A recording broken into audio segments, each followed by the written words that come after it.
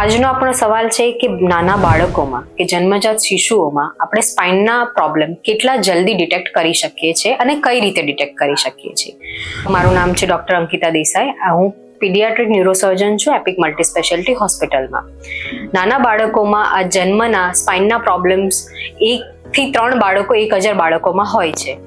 આમને કહેવાય છે સ્પાઇનલ ડિસ્ટ્રાફિઝમ, જેમ કે સ્પાઇના બાયફિડા, મેનિંગોમાઇલોસિલ અને લાઇપોમાઇલોસિલ. હવે આ બાળકો અમારી પાસે આવતા હોય છે ખાસ કરીને બેકમાં સ્વેલિંગ હોય છે, કાં તો બેકમાંથી લિક્વિડનું લીકેજ હોય છે, પેશાબમાં કંટ્રોલ ના હોવો, ઝાડામાં કંટ્રોલ ના હોવો, ચાલવામાં તકલીફ, કાં તો ચાલતા બાળકોમાં ચાલ બદલાઈ જવી કે વારંવાર રમતા રમતા પડી જવું, આ તકલીફો સાથે આવતા હોય છે.